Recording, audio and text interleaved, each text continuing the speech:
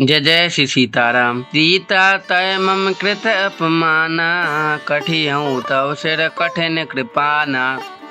नाहित सपदि मानु मम बानी, सुमुखी होति न त जीवन हानि।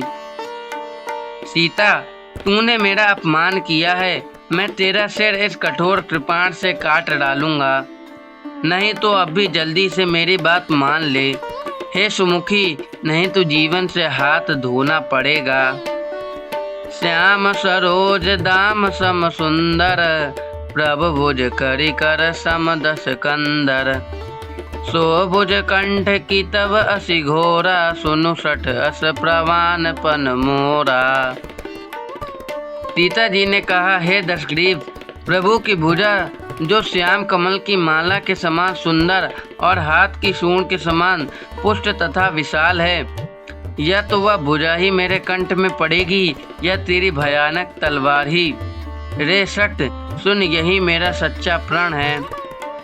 चंद्रहास हरु मम परितापम, रघुपति विरह अनल संजातम। शीतल निशित बहसि बरधारा, कह सीता हरु मम दुख भारा। सीता जी कहती हैं, हे चंद्रहास, तलवार श्री रघुनाथ जी के विरह की अग्नि से उत्पन्न मेरी बड़ी भारी जलन को तू हर ले। हे तलवार, तू शीतल, तीव्र और श्रेष्ठ धारा बहाती है, अर्थात तेरी धारा ठंडी और तेज है। तू मेरे दुख के बोझ को हर ले। सुनत बचन पुनि मारन धावा, मतन नया कही नीति बुझावा। कहे सि सकल निशि चर नहीं बोलाई, सीत ही बहु विधि त्रास सुजाई। सीता जी के ये वचन सुनते ही वह मारने दौड़ा। तब मैं दानव की पुत्री मंदोदरी ने नीति कहकर उसे समझाया। तब रावण ने सब राक्षसियों को बुलाकर कहा कि जाकर सीता को बहुत प्रकार से भय दिखलाओ। मास दिवस महु कहा न माना, तो मैं मार बिकाढ़ी कृपाना। यदि महीने भर में यह कहा न माने तो इस तलवार निकाल कर मैं इसको मार डालूंगा। भवन गयो दस कंधर, यहाँ पिशाचनि वृंद। सीत ही त्रास दिखा वहीं, धरहि रूप बहुबंद। यो कहकर रावण घर चला गया। यहाँ राक्षसियों के समूह बहुत से बुरे रूप का सीता जी को भय दिखलाने लगे। त्रिजटा नाम राक्षसी एका, राम चरण रति निपुण विवेका। सब नहुँ बोली सुनायसि सपना, सीत ही से ये करहु हित अपना। उनमें एक त्रिष्टा नाम की राक्षसी थी। उसके श्री रामचंद्र जी के चरणों में प्रीति थी और विवेक ज्ञान में निपुण भी थी। उसने सबको बुलाकर अपना स्वप्न सुनाया और कहा, सीता जी की सेवा करके अपना कल्याण तुम लोग कर लो। सपने बानर लंका जारी, जातु दान सेना सब मारी। खर आरूढ़ नगन दस शीसा, मुंडित सिर खंडित भुज बीसा। स्वप्न में मैंने देखा कि एक बंदर ने लंका जला दी, राक्षसों की सारी सेना मार डाली गई है।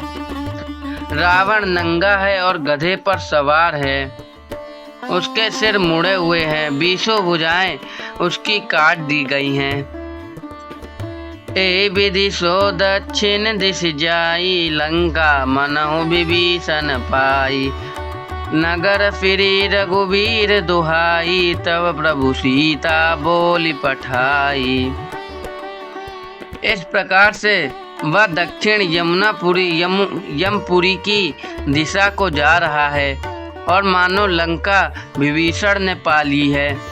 नगर में श्री रामचंद्र जी की दुहाई फिर गई है। तब प्रभु ने सीता जी को बुलावा भेजा।